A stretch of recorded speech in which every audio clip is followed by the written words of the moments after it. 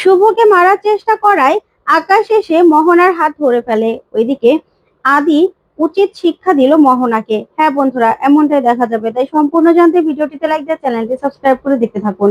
গল্পের শুরুতেই দেখা যাবে শুভর হাতে ধরা পড়ে মোহনা দৌড়ে এসে নিজের গাড়ি করে সেখান থেকে বেরিয়ে পড়ে। ওইদিকে মোহনার পিছু নিয়ে শুভ বাইরে এসে বলে, তার মানে আমার সন্দেহটাই ঠিক ছিল, এখানে কেউ ছিল, এই কালো রঙের গাড়িটা করে চলে গেল, তাই তো? তখনই আদি সেখানে আসে, এসে বলে, শুভ তুমি এত রাতে বাইরে কি করছো? তোমাকে আমি বলেছি না একা একা কোথাও যাবে না? তখনই শুভ বলে, জানো তো আদি, আমি ঠিক দেখেছিলাম কেউ আমাদের ঘরে ঢুকেছিল, আমাদের ঘরে ঢুকে তারপরেই আমাদের কোনো ক্ষতি করার চেষ্টা করেছিল।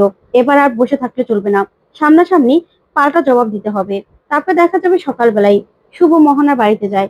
তখন মোহনা দরজা খুলে শুভকে দেখে বলে, ও মা, শুভ লক্ষ্মী, তুমি এখানে এত সকাল সকাল? তা কি মনে করে এখানে? তখন শুভ বলে, যা শুরু করেছো তাতে তো আসতেই হলো। তখন মোহনা বলে, মানে আমি আবার কি শুরু করেছি? তখন শুভ বলে, কেন, তুমি জানো না তুমি কি শুরু করেছো? তখন মোহনা বলে, আচ্ছা ঠিক আছে, ভিতরে এসো। ভিতরে এসেই যা বলার বলো।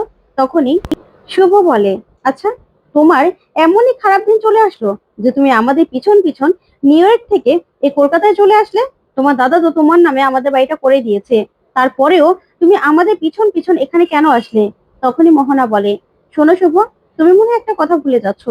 হ্যাঁ, ওই বাড়িটা আমার নামে করে দিয়েছে আমার দাদা, কিন্তু এখনো এখনো তোমার কাছে আমার জিনিস রয়েছে তো। তুমি ভাবছো যে তুমি তাকে নিয়ে ভালো থাকবে, কিন্তু না, আয়ান শুধুমাত্র আমার। আয়ানকে আমি তোমার কাছ থেকে ছিনিয়ে নেবই, বুঝতে পেরেছো? তাই তুমি আয়ানকে কিছুতেই তোমার কাছে রাখতে পারবে না। তখনই শুভ বলে, অনেক কিছু সহ্য করছি আর অনেক কিছু করেছো, কিন্তু এতদিন কিছু বলিনি, এবার তো তার পাল্টা জবাব তোমাকে দেবই। আমি কিন্তু পুলিশের কাছে যেতে পারি। তুমি রাতে লুকিয়ে লুকিয়ে আমাদের বাড়িতে ঢুকেছিলে, লুকিয়ে ঢুকলে কি বলে তাকে জানো? চোর। তাই পুলিশে আমি কমপ্লেন করতেই পারি। তখনই এই কথাগুলো শুনে মোহনা অবাক হয়। তারপর শুভ বলে, হ্যাঁ, তুমি যে কাজটা করেছো সেটা কিন্তু অন্যায় করেছো। আর তুমি যে এই যে এগুলো করছো, পুলিশে কমপ্লেন করলে তোমার কিন্তু সাজা হবে, সাজা। তোমার এবার পাখা গজিয়ে গেছে, এই পাখাগুলোকে তো ছেটে দিতে হবে, তাই না? তখনই মোহনা বলে, আচ্ছা, আমার নামে পুলিশে কমপ্লেন করবে, তাই তো? পুলিশে কমপ্লেন কি করে করবে বলো তো? কি করে করবে? তোমার কাছে কোনো প্রমাণ রয়েছে যে আমি তোমাদের বাড়িতে গিয়েছি, তোমাদের উপর নজর রেখেছি? বলো, প্রমাণ আছে তোমার কাছে? তখন শুভ বলে, প্রমাণ? প্রমাণ ঠিক আমার কাছে চলে আসবে, সেটা নিয়ে তোমাকে ভাবতে হবে না। প্রমাণও চলে আসবে, আর তোমাকে না এবার উচিত শিক্ষাও দেব। আর আমি ঠিক এটা প্রমাণ করে দেব যে তুমি তুমি এই স্বপনদার স্বপনদার এই অবস্থার জন্য দায়ী। তখন তো মোহনা এই কথা শুনে অবাক হয়ে যায় আর বলে, কি যে বলো না তুমি? তখনই শুভ বলে, হ্যাঁ, তোমার জন্যই আছে স্বপনদার এই অবস্থা। 6 বছর আগে তুমি কি এমন করেছিলে যেটা লুকোনোর জন্য আরেকটা মানুষকেও তুমি মারতে পারো, মারতে চেয়েছো? কি এমন করেছো তুমি? তাই 6 বছর আগে তুমি কোন পাপ করেছিলে, কি করে তুমি লুকিয়ে রেখেছো, এবার কিন্তু সেটা সামনে আনবো আমি। আমি সামনে আনবো। তুমি কিন্তু অনেক বড় ভুল করে ফেলেছো, তোমার পাপের ভরা পূর্ণ হয়ে গেছে মোহনা। এবার তোমার আমি কি অবস্থা করি তুমি শুধু দেখো। আমাদের না হারানোর কিছু নেই, কিন্তু তোমার তোমার এবার হারানোর অনেক কিছু হয়ে যাবে, অনেক কিছু হবে, আর অনেক কিছু তুমি এবার হারাবেও। তখনই মোহনা রেগে গিয়ে শুভকে মারার জন্য একটা ফুলের টপ নিয়ে নেয়। আর আকাশ এসে তখনই মোহনার হাতটা ধরে ফেলে। তখন মোহনা বলে, দাদা তুই এখানে? তখন আকাশ বলে, হ্যাঁ আমি এখানে। কিন্তু তুই এটা কি করছিস মোহনা? কেন করছিস? তখন মোহনা বলে, ওর এত বড় সাহস, ও বাড়ি বয়ে এসে আমাকে পুলিশের হুমকি দিচ্ছে, পুলিশের ভয় দেখাচ্ছে। আমি আজকে ওকে মেরে ফেলবো আজকে আমি ওকে। তখনই শুভ তাকিয়ে মোহনার এই রূপ দেখে অবাক হয়ে যায়। তখনই আকাশ বলে, দেখ মোহনা, শান্ত হ, মাথাটা ঠান্ডা কর। তখন মোহনা বলে, না আমি ঠান্ডা করতে পারছি না আমার মাথা, আমার আয়ানকে ও কেড়ে নিয়েছে, আবার এত বড় বড় কথা বলছে। তখনই শুভ বলে, মিস্টার সেন, আপনার বোনকে, আপনার বোনের জন্য আমাদের পথে ফকির বানিয়ে দিয়েছেন, তারপরেও কি আপনার বোন কোনো শান্তি পাবে না? ও আমাকে মারতে চেয়েছিল, ওর এত বড় সাহস। তখনই সেখানে আদি চলে আসে, সে বলে, কে তোমাকে মারতে চেয়েছিল শুভ? তোমার কিছু হয়নি তো? মোহনা, মোহনা তোমাকে মারতে চেয়েছিল, দেখি তো, তুমি কোনো ব্যথা পাওনি তো? তখনই শুভ বলে, না আদি, আমার কিছু হয়নি। ওইদিকে তখন আকাশ তাকিয়ে থাকে। ওইদিকে মোহনা আদির পিছনে গিয়ে বলে, আয়ান, তুমি আমাকে দেখতে পাচ্ছ না? এই যে শুভলক্ষ্মী এসে আমাকে নানান রকম দোষারোপ করছে, আমাকে বলছে আমাকে নাকি পুলিশের হাতে তুলে দেবে। বলো, আমাকে এরকম করে কথা শোনানোটা কি ওর উচিত? ও আমাকে কেন কথা শোনাচ্ছে? তখনই আদি রেগে গিয়ে বলে, চুপ, একদম চুপ, এসব অভিনয় না একদম করবে না। আর আমি আদ্রিত রয়, সেটা কি তুমি বুঝতে পারো না? আমি আদিত রয়, আমাকে একদম আয়ান বলে রাখবে না, তোমার নাটক অনেক আমি দেখেছি। তখন মোহনা বলে, কি আমি নাটক করছি? তখনই আদি বলে, হ্যাঁ তুমি নাটক করছো, তোমার এই নাটকগুলো অনেক দিন ধরে আমি সহ্য করছি, কিন্তু আমি আর সহ্য করব না।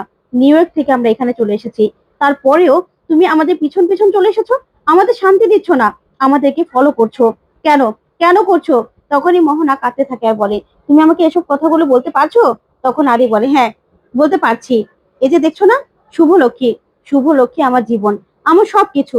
আর এই শুভলক্ষ্মীকে আমি ঢাল হয়ে সবসময় আগলে রাখবো। তোমার দাদা যদি তোমাকে আগলে রাখতে পারে, আমিও শুভলক্ষ্মীকে আগলে রাখবো, তোমাদের ভাই বোনকে আমি একটা কথা বলে দিতে চাই, তোমরা কিন্তু এবার এর শেষ দেখবে। তখনই আকাশ বলে, কি কি কি বলছো তুমি, কি বলছো এসব? তখনই দুজন মারামারি করার চেষ্টা করে। তখনই শুভ বলে, আদি থামো, কি করছো তোমরা? মিস্টার সেন প্লিজ এরকম করবেন না। তখনই আকাশ বলে, বড্ড বার বেড়ে গেছে না? তখনই আদি বলে, শুনুন, সত্যি কথা বলার সাহস না আমার সবসময় আছে, শুধুমাত্র আমার ফ্যামিলির জন্য এতদিন চুপ করেছিলাম, এখন তো আমাদের হারানোর কিছু নেই। বোনের মিথ্যে কথাগুলো শুনে শুনে বিশ্বাস হচ্ছে, তাই তো?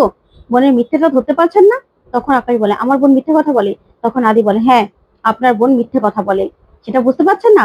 আপনার বোন যদি পরে থেকে আমার বউয়ের গায়ে বা আমার পরিবারের কারো গায়ে একটা আঁচড় দেওয়ার চেষ্টা করে না, তাহলে কিন্তু আমি ছাড়বো না, এটা আমি বলে দিলাম। তখনই আদি আর শুভ সেখান থেকে চলে যায়। ওইদিকে মোহনা সবকিছু ভাঙচুর করতে থাকে আর চিৎকার চেঁচামেচি করতে থাকে আর বলে, এই শুভকে আমি ছাড়বো না, ছাড়বো না আমি শুভকে। ওইদিকে শুভ আদিকে বলে, কি করছিলে বলো তো? তুমি কি এখন হাতাহাতি করতে নাকি আকাশ সেনের সঙ্গে? কি করছো?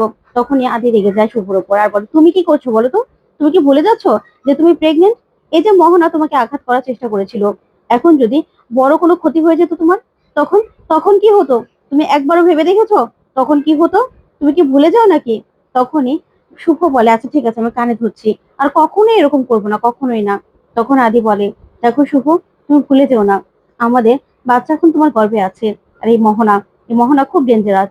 ওদিকে মোহনা চিৎকার করতে থাকে আর বলে, ও শুভলক্ষ্মী, শুভলক্ষ্মী আমার কাছ থেকে আমার আয়নকে কেড়ে নিয়েছে, আমি ওকে ছাড়বো না, ছাড়বো না ওকে আমি। তখন আকাশ বলে, দেখ মোহনা, মাথাটা ঠান্ডা কর, তোর জন্য কি না করেছি বলতো? ওদের বাড়ি ঘর সবকিছু আমি কেড়ে নিয়েছি, পথে ফকির হয়ে গেছে। তখন মোহনা বলে, তুই জানিস না দাদা, ওই শুভলক্ষ্মী, ওর চোখে মুখে কি অহংকার, ও ওর স্বামীর কত অহংকার করে, আমাকে কষ্টে রেখেছে, আমার কাছ থেকে সবকিছু কেড়ে নিয়েছে, আমার আয়ানকে কেড়ে নিয়েছে। ওর জন্য আমার আয়ান আমার কাছে আসতে পারছে না। ভেবেছিলাম সবকিছু কেড়ে নিলে আয়ান আমার কাছে চলে আসবে, কিন্তু সেটা হলো না। ওই শুভলক্ষ্মীর জন্য, শুভলক্ষ্মীকে আমি ছাড়বো না, ওকে আমি শেষ করে দেবো, ওকে আমি মেরে ফেলবো দাদা, মেরে ফেলবো। তখন আকাশ বলে, মোহনা মাথাটা ঠান্ডা কর, কেন তুই এরকম করছিস, কেন এরকম করছিস তুই? তখন মোহনা বলে, তুই দেখতে পাচ্ছিস না আমার জীবনটা পুরো শেষ হয়ে গেল দাদা, আমি যা চাই তা আমি আমার করে নেবই, আমার হতে দেবে না ওই শুভকে আমি শেষ করে দেব। এই বলেই মোহনা কাঁদতে কাঁদতে ভিতরে চলে গেলেই আকাশ বলে, আমার বোনের ভেবেছিলাম কষ্ট দূর করে দেব, কিন্তু কিচ্ছু পারলাম না, আমি কিচ্ছু পারলাম না। ওর যা রূপ দেখছি, এ তো সেই আগের রূপ ফিরে আসছে, এবার আমি কি করব, কি করব আমি? তখন এই কথাগুলো ভাবতে থাকে আকাশ। ওইদিকে দেখা যাবে বাড়িতে কারেন্ট কেটে দেওয়া হয়েছে, তখনই সবাই গরমে অস্থির হয়ে যায়। এদিকে শুভ আসলেই পূরবী আর রঞ্জিনী, শুভ আসলে শুভকে বলে, দেখ তো এখানে থাকা যায়, জল নেই, কারেন্ট নেই, এখানে কি করে থাকবো? তখন শুভ আদিকে বলে, আচ্ছা এসব ব্যাপারগুলো তো নর্মাল মনে হচ্ছে না, জল নেই, তারপর আবার কারেন্টও কেটে দিল, কিন্তু কেন? আমরা তো সব নিয়ম মেনে এখানে থাকছি, আমরা তো নতুন এসেছি। তখন আদি বলে, তাই তো, আর মোহনার পক্ষে তো এসব করা সম্ভব নয়, তাহলে কে এসব করছে বলো তো? তখন এই দুজন গুন্ডা সেখানে এসে হাজির হয় আর এসে বলে, কি ভাবিজি, আপনারা ঠিক আছেন তো? আপনাদের সঙ্গে দেখা করতে চলে আসলাম, জল নেই কারেন্ট নেই তাই তো? তখন শুভ আর আদি চমকে যায়। তো বন্ধুরা, কেমন লাগলো আজকের আপডেট?